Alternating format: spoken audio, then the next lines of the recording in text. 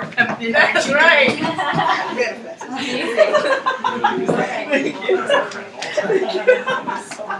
Now we have an interlude. This is a fantasy life.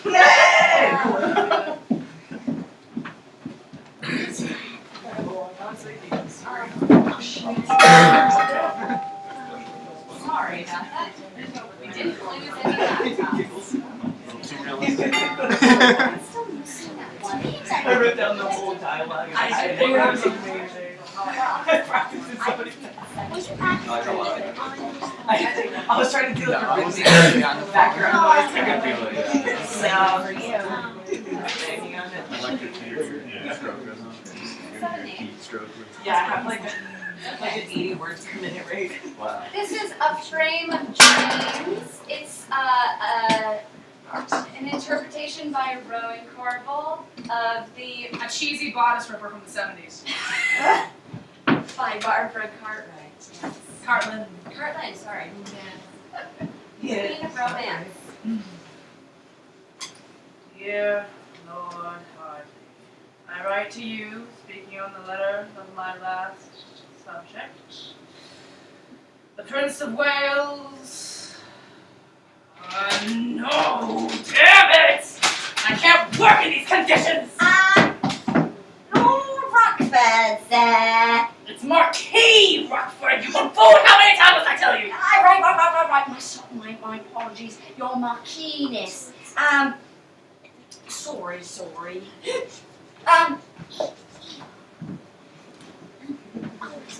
Who is this? I specifically requested my rooms none to be boarded. I'm aware, sir, but we're boarded up for the night, and no other rooms are open. These ladies are on delivery, and they've been travelling for miles, you see. If you would find it in your art to allow them to stay in your room, I would be ever so grateful. Pretty please. I'll cut your course in half. 10 guineas, all refunded. That's a little charity. Never hurt anyone. Thank you, sir. Thank you. I'll get your luggage, Dorcia. Come in. So, you're on delivery, you say? For what will you be delivering? We are delivering a portrait. Portrait? Are you an artist? No, she's not. Then why would you be on such a delivery? Surely a lady of your status has better things. My dad! Pardon me, your father? Timothy Mooney. Oh, yes, I'm aware of Mr. Mooney. But that still does not answer my question of why such a lady is on delivery. Surely she would delegate such drivel to her couriers, yes?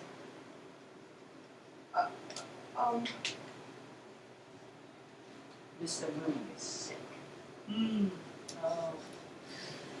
Oh. Tragedy, I see. I met him once. Very strange man. Particular, is not smart.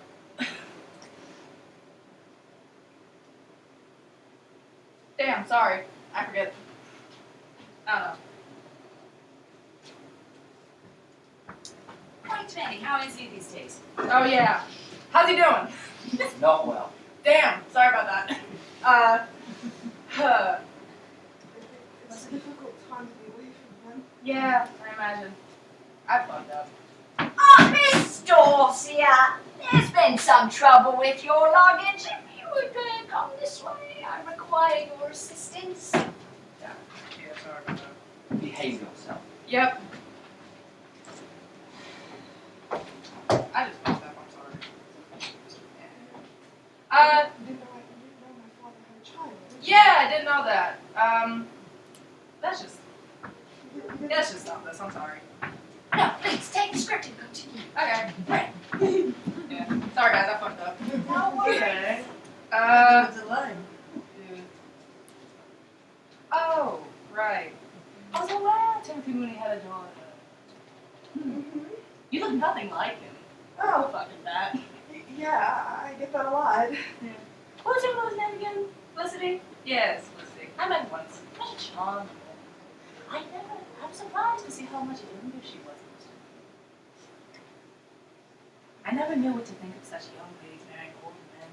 I imagine it would be beneficial. I mean, age gives you so many times to think on so many things. Wealth, status, standing. What do you think of such matches? I don't know. I guess it's Oi! What's going on? Miss Mooney and I were simply having introductions. Weren't we? yeah. Proceed. Marquis Brown. Pleasure to make your acquaintance. Miss Mooney, it's nice to meet you, Marquis. That's such an old-fashioned name for such a lovely young lady. I guess I was named after my grandma. That's enough. I think you have to go to introductions. Well, let's go to this. What's your name again? Dorcas! I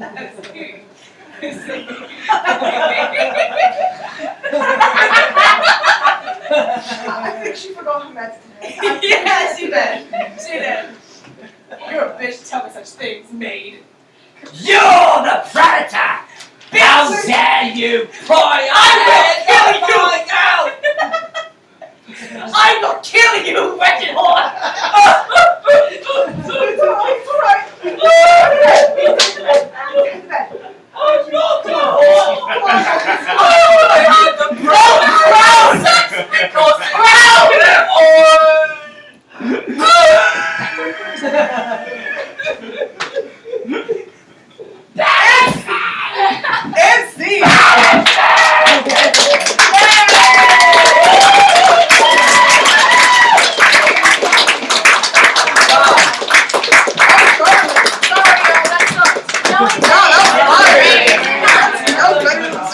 And by the way, that is part 1 of 3. So come to the next play festival here and you will see the rest of the story of Clemens and Lord Rockford. And of course, Dorcia/Dorcas. Okay. Would you like it? Yeah. You did great. Okay, great. Feel free to pop in. Next we have Elderly Stage of Life. And does this piece have a name? Yes, Colonial Granddaughters of Divorce. Great. By Adrian Church. Exactly.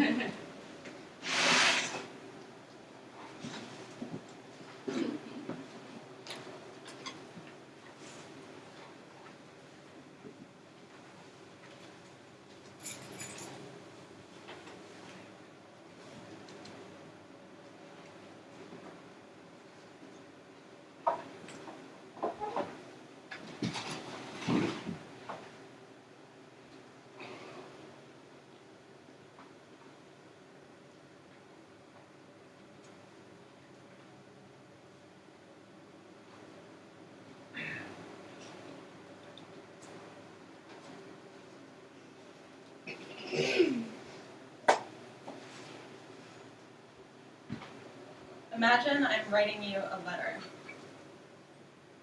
I am writing you a letter. And in this letter, I have just provided you a detailed list of all the things I have to do daily at my 5 jobs, my material responsibility to an enormous house and property, the demoralizing labor of my so-called divorce, all of my labor of love projects, and the animals and people I have nursed back to health who are either dead or who hate me. So you read that paragraph and you turn the page over, but the page has become a scroll, and it's unfurling. You can't stop it. It's too late.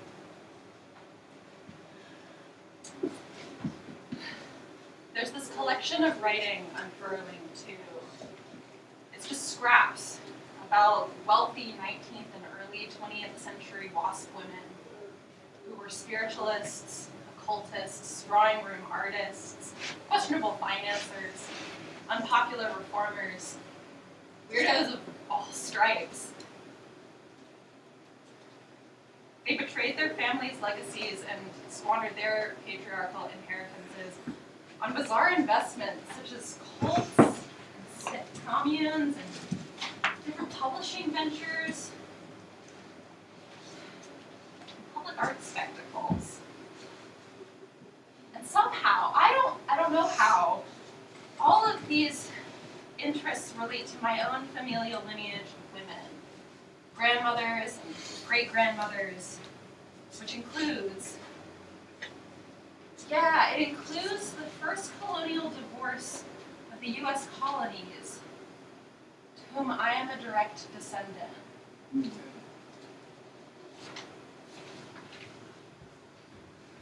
The first white woman to be granted a divorce in the U.S. colonies was Elizabeth Phones Winthrop Hallett, my ninth great-grandmother, or maybe my ninth great-aunt. But anyway, she was born Elizabeth Phones in England, the daughter of a Puritan apothecary keeper. She married her first cousin against the family's will, and they had one daughter together.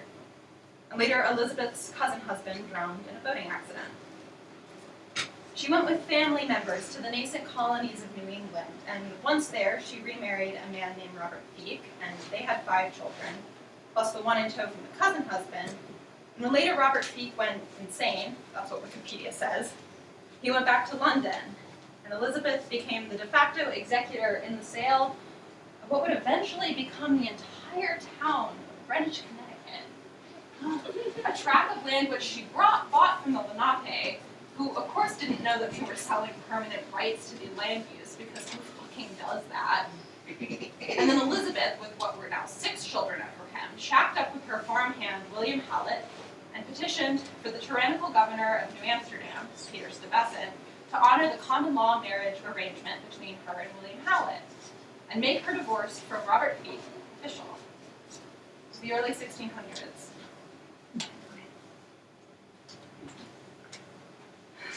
The story of my divorce began by assessing all of the things I believed about my life up to that point, and the split revealed between those things I believed and reality. You know, I think divorce is traumatic, not just because of the breakage and the life-changing, not just in the seismic betrayal and abandonment or the violence and the abuse, but because something is revealed to you about yourself. Both people, actually, that was always true, but which was never going to become clear unless the divorce happened. It's like giving birth to yourself. With no midwife, you're just catching yourself head first, falling out of yourself, and then the old self dies as it holds your new self, the way that so many women used to die in childbirth. The way that so many women still do. All the fucking time.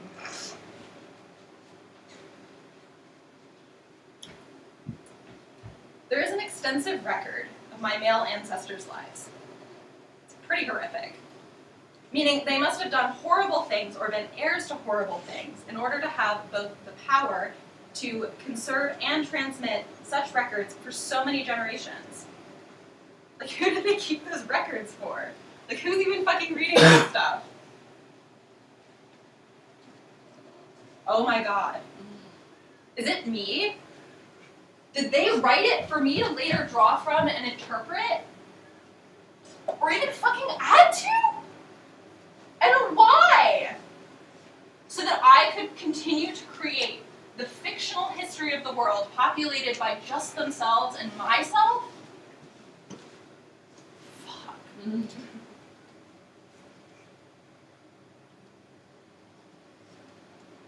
What about, instead, an imaginary genealogy of the women? I mean, I don't want to compile information about their lives the way that the people of the past did for their men, document by document, detail by corroborated detail. And yet, my Grandma Evelyn, my father's mother, she had the most detailed obituary of any woman in her ancestry to precede her in death. Like, it's extensive. And I'm not making it up, so I guess I've already kind of contradicted myself. Anyway, she died in 2009 at 96 years old in Portland, Oregon, where she was born. Hers is a life story that spans the Edwardian era to the 21st century. That kind of movement through time allowed her every conceivable experience of that epic, which included a late-in-life second chance dream come true, 15 years of living in Hawaii, where she created the first Hawaiian chapter, and then became the president of, I can't believe this, the Colonial Dames of America, a position which she already held for the Oregon chapter, and an organization that emerged at the turn of the 20th century and was an explicitly white supremacist project that followed the abolition of slavery and the European peasant immigration boom. That's not her story, of course. She would have had a lot to say about what I'm writing, because she was also progressive, and she did so much in her life. She was a dutiful genealogist, a strong and independent woman, and she was proud of her illustrious heritage. But she got divorced twice, on top of everything else, and she was a mother, and she worked, and she had an enormously privileged early life, going to study art, and hanging out in Paris during the Great Depression. She really valued that time. She wrote about it. And she was the daughter of two of the most powerful lines of colonial descent in the Pacific Northwest. And she went to Oregon, the University of Oregon, to study art. She raised 5 children and borrowed money from her father to raise them. And she was single twice before 1965, and she was doing all of this, and she was the one who carried this genealogical stuff to me. She's how I know about Elizabeth Bones with her palette. I wouldn't know her otherwise, and I guess she has to be a part of this story of these women who squandered their patriarchal inheritances on things that were extravagant, like divorce.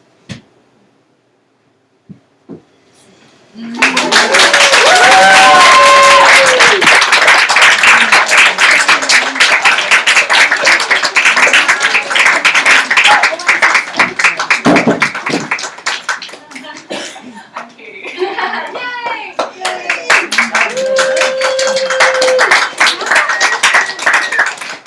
We have just one final dance on life cycle. Yes. And that, of course, is the end of life. It is death. And it will present itself to us all one day, but here in theatrical form, once we clear the stage.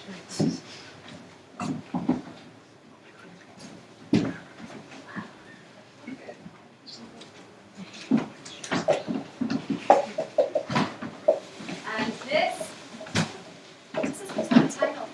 John does. Yes. And it's Tangled. Oh, okay, yes. It's Tangled Fates, that's right. By Rick Van Valkenburg.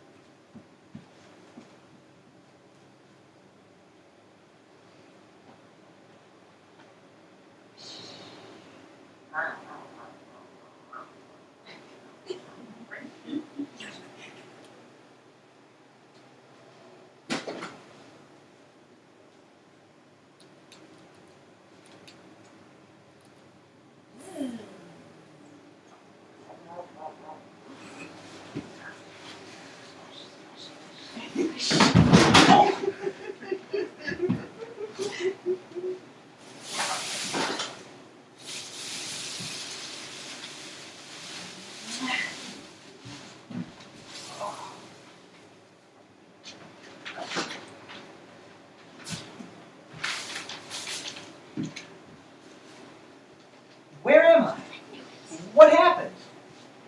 Looks like someone took the bait, hook, line, and sinker. Who are you? I'm weird, darling. What? Are you weird? Weird. W-Y-R-D. Weird. Why? Weird? What am I doing here? How do you feel? I'm a little confused. I feel a little tingly. I feel a little upset. Hold on tight, dear. You're at the end of your rope. You have what I call fate aches. Fate aches? What's that? Well, when you're at the end of the rope and you've gone out on a limb, snap. You're in a free fall, there's nothing to grasp, and you realize this is the end. That's what I call a fate ache. Your belly flop out of existence. Embarrassing, isn't it? What do you mean this is the end? How could this be? And how do you know it's the end? That's my job. Job? Yes, I told you, I'm weird. I'm one of the sisters, the 3 fates. More like 3 witches stirring the stink pot, as Shakespeare said. Double bubbles, toilet troubles.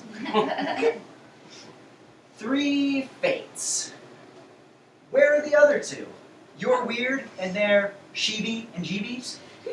The other 2, maybe they have more important things to do. They spun the fiber into thread, wove the web, set the net, put your life in motion, and left me to pluck the strings. And what happened to you? That's quite a mess there you've got, isn't it? That's a matter of opinion. No, really. Where are your sisters? They seem to pull all the strings, and you're left with the loose ends. That sort of sucks, if you don't mind my saying so. Well, I do mind. What do you know? You're just a kid. Well, maybe. But all these physical connections, fibers, threads, strings, rope, lines, why do I have to die if I get unplugged? Seems sort of old school. You kids always think existence is a waste of time. And you're telling me my time's up? Drowned in weird waters? I don't know what to say. Do you think I can change anything fate has in store for you? Well, you say you're one of the Fate sisters. It just seems to me like your sisters stick you with the dirty work. What do? Hang out and sell sperm cells? Lottery tickets? That hustle must bring in trillions. And all mine, left at the gate. Very funny. And sad. Listen, it's pretty rare, but fate can be changed once in an eon or 2. You probably didn't pay much attention in school. What do you mean? I listen to podcasts and stuff. Or do you mean reading the Bible or something? No. Ancient history, Greece, Alexander the Great. Great? Defied fate to become great? Well, we spun our thread and wove strong, thick rope and bound and rebound the tightest of knots. Through the oracles of Phrygia, we foretold that whoever could untie and unravel the Gordian knot would rule all of Asia. It was a riddle that no one could solve. Until Alexander showed up? No, he couldn't figure it out. He even hired consultants. They couldn't fix it, so he killed them. So what happened? Well, Google the Gordian knot. Oh wait, the dead can't Google. Alexander couldn't Google. Alexander made Alexander great again. But what? Just do the Alexander technique.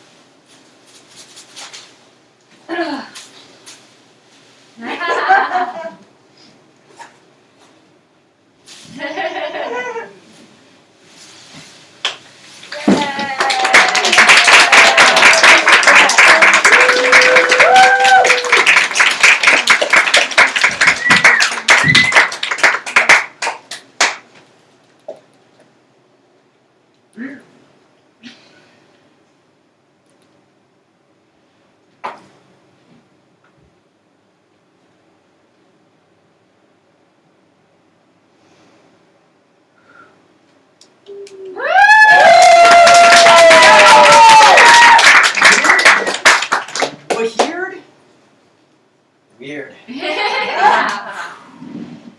That's it.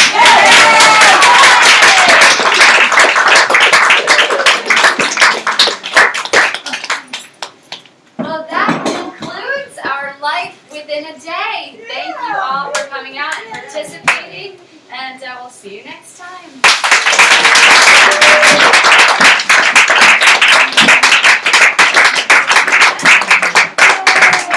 Thank all of you for coming to witness Life Within a Day, and to thank our incredible impresario, Marissa Caruso.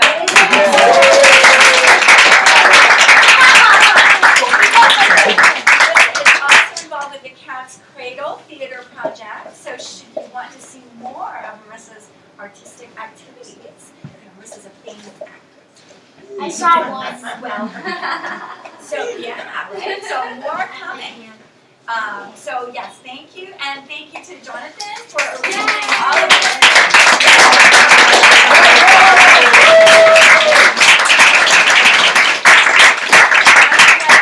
Andrew has been an artist in residence for the last 3 months, and he has really added so much to the art center, to all the activities that we've done in town, and to all of our lives. Thank you. Yeah.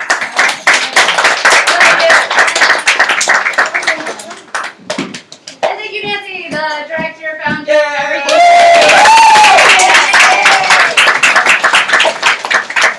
Feel free to hang out if you like and chat and Oh, and let me quickly introduce Barbara.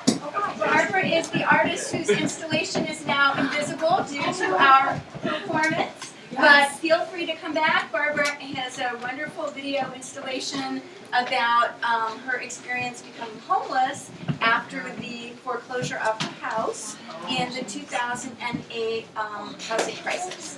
And it's a super great piece, 3 channels, lots of photos, really worth seeing. So, thank you. Did